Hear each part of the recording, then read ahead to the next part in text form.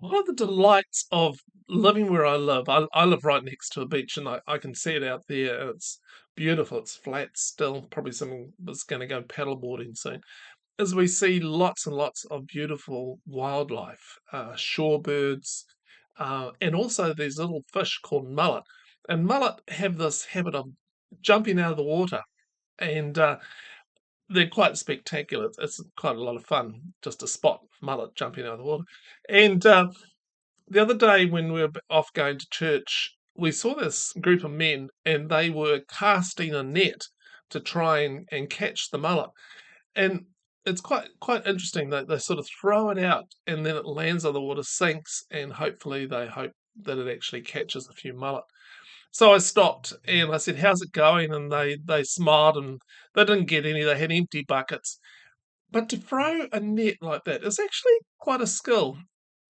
It's it's called casting, and my mind goes back to when I was a child and being on a sheep farm, and we were sharing our sheep, and the wool would come off the sheep's back, and we'd pick it up, and then we'd cast it onto a table, and then we'd go around and pick out any black wool or any dirt and stuff, and clean it up before we sent it off to the buyer. To cast something, it actually takes skill, focus, and practice. The more you do it, the better you get at it.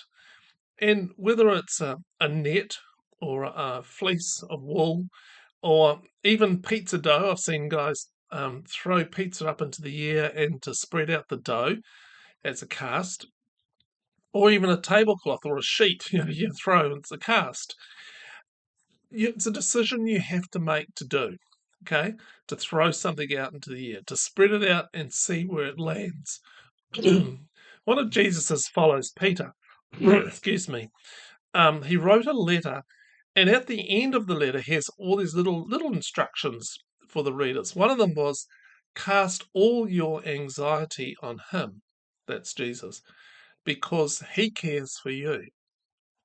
And the word cast in the Greek is epiriptó. I'm sorry, I probably didn't pronounce that correctly, but it's to cast upon, to throw upon. The only other time in the Bible that that particular word is used is in the story of Jesus' followers throwing their cloaks on a donkey to provide a comfortable seat for Jesus to sit on. It comes from Luke 19. So they brought the colt, that's the little donkey, to Jesus and threw their garments over it for him to ride upon. So you can imagine them they're taking off maybe some of their cloaks or something and throwing it on to make a nice padded seat for Jesus. It's a beautiful word picture. See them throwing it onto the donkey. And I think Peter wants us to engage in that type of throwing things onto Jesus. You see, anxieties and fears have this nasty habit of taking up space in our thinking. We mull over them, ruminate on them, and have them sort of eat away at us. And the more we do this, the deeper the thinking rut and pattern we develop in the brain for just this type of anxiety based thought process. There's a couple of quotes. Neurons, these things that are in our brain, neurons that fire together, wire together. Right? And the brain takes its shape from what the mind rests upon. So the first quote was from Donald Hebb and the second from Rick Hanson. It's like we are creating these pathways by what we rest our mind on. And it seems, isn't it, like once one anxiety problem is resolved, another soon appears and knocks at the door. And then, like with a kind of magnetic acceptance, we simply welcome it onto the stage of our consciousness. What if we were to do something different? What if we, when we have an anxious thought, hear a worried whisper or have a fear filled terror, we grab it, we nail it, and we throw it, we cast it.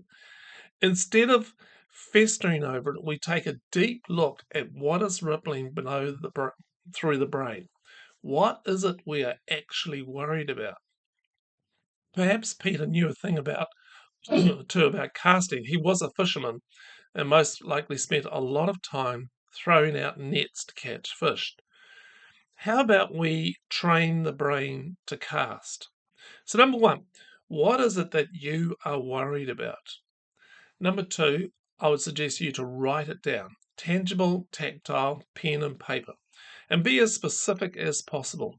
And other anxieties might just join the chorus line. Grab those too. Then prayerfully give these worries and fears over to God. Cast them like a patchwork quilt onto God. Third, look at the list and ask this question. What is in the circle of my control? Now, what I'm talking about is I've got this piece of paper, and you can see in it that on the outside is out of my control. I'll just bring it closer.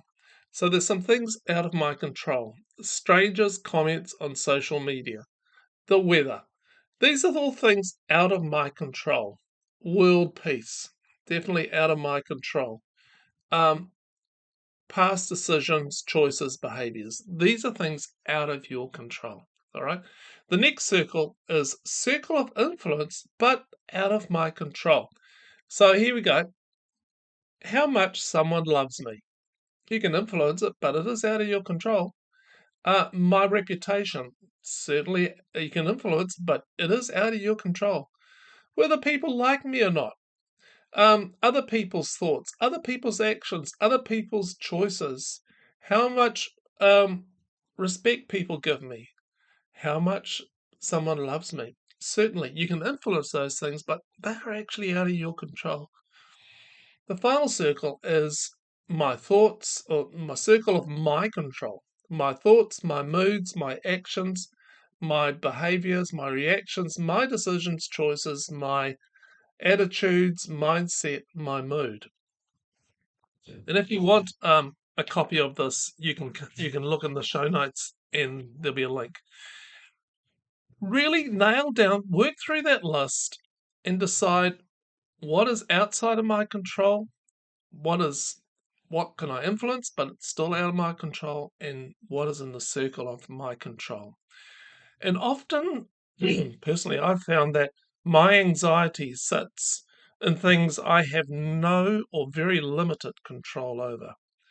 And you may well come to have to say this, which is what I often say. I will do what I can do. They will do what they will do, and I'll leave the miracles up to God. And what you can do is to break that anxiety down to what you can do.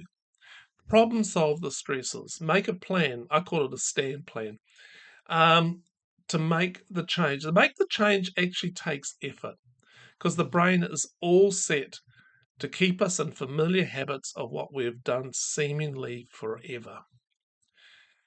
Cast your cares upon God. All right? Go through them and say, okay, what is in my control? What can I actually do? Hey, I hope you found this helpful. Subscribe to my YouTube channel. Sign up to my email letter because I'm going to be sending out an invitation to take a class that I'm doing on anxiety, which will include some of this material. Hey, thanks for watching, listening. Share this with a few friends, but thanks. Bye.